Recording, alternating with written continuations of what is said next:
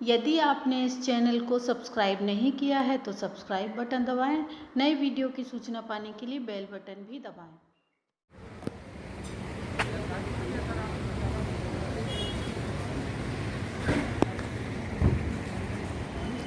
आज आप civil line थाना रायपुर में आए हैं बिलासपुर से, और क्या है मामला, थोड़ा से बताइए आप।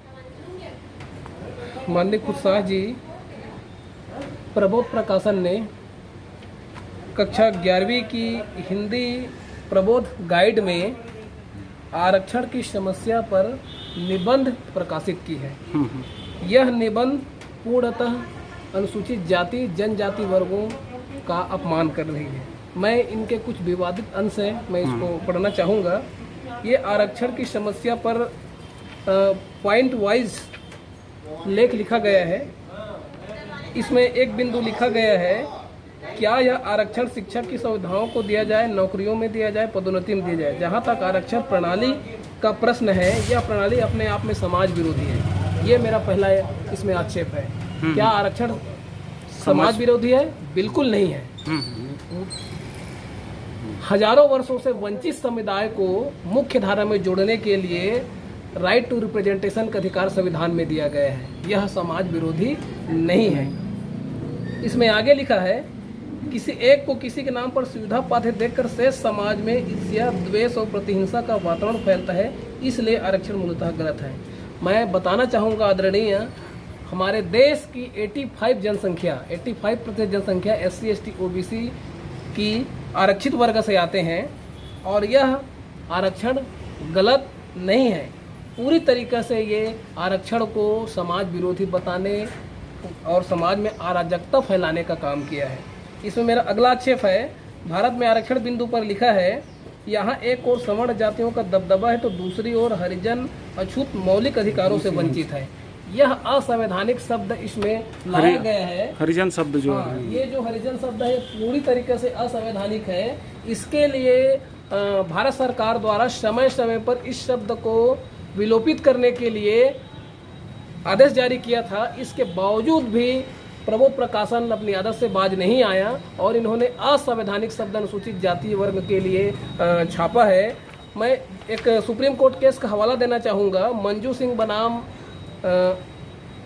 ओंकार सिंह आहूवालिया वाले मामले में 2017 में सुप्रीम कोर्ट ने स्पष्ट इस शब्द को असंवैधानिक माना है और इसको एक जाति विशेष को नीच ठहराने के लिए, उसको गाली गलौज करने के लिए इस शब्द का इस्तेमाल किया जाता है, लिखा है। और यहाँ पर सुप्रीम कोर्ट ने स्पष्ट कहा है कि एक जाति विशेष को नीचा दिखाने व अपमानित करने के लिए ही इस शब्द का इस्तेमाल किया जा रहा है, जबकि भारत सरकार ने इसे कब का बैन कर दिया है।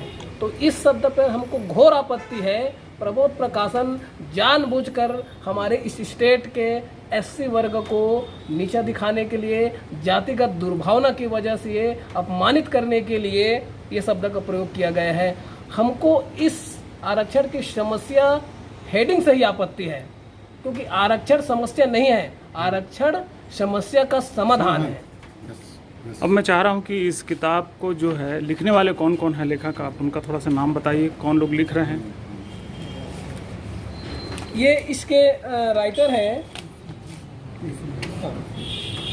इसके लेखक मंडल में DK तिवारी, श्रीमती रंजना द्विवेदी, डॉक्टर कुसुम त्रिपाठी, डॉक्टर साधना कशार, श्रीमती श्रद्धा तिवारी, हनीराम पांडे हैं। मैं इसको बैकग्राउंड पर जाना चाहूँगा खुशशाह जी।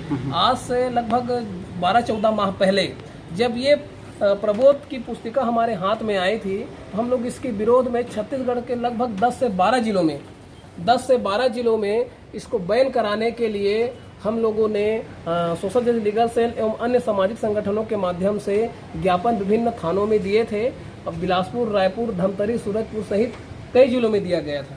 तो जब हमने यहाँ पर आक्षेप किया तो उन्होंने पुस्तक को रिकॉल तो किया, लेकिन अभी भी जब नया का जो खंड बनाया है, नया खंड में भी कुछ विवादित अंश इन्होंने पुनः छाप दिया है। इन्होंने ये कहा है आरक्षण केवल 10 वर्षों तक दिया जाए, लेकिन यह अवधि खींचते खींचते बहुत लंबी हो गई है, परिणाम ढाक के वही 3 पात। मैं यहाँ पर स्पष्ट कहना चाहूँगा खुशा जी, आरक्षण 10 वर्षों के लिए नहीं है। भारत के संविधान में कहीं पर भी आरक्षण 10 वर्षों के लिए देने की बात नहीं की गई है। यह पूरी तरीके से गलत है। भारत के संविधान में आर्टिकल 334 में राजनीतिक आरक्षण, राजनीतिक प्रतिनिधित्व, जिसको प्रति 10 वर्षों में समीक्षा की बात की गई है और जो समय समय पर समीक्षा करते आ रहे हैं, लेकिन जो सामाजिक न्याय के लिए रिप्रेजेंटेशन है, प्रतिनिधित्व का अधिकार है अर्थात आरक्षण है, वह कोई टाइम बॉन्डिंग नहीं है, उसमें ना ही कोई लिमिटेशन सीमा है। यह पूरी तरीके से गलत है, अवैधानिक है।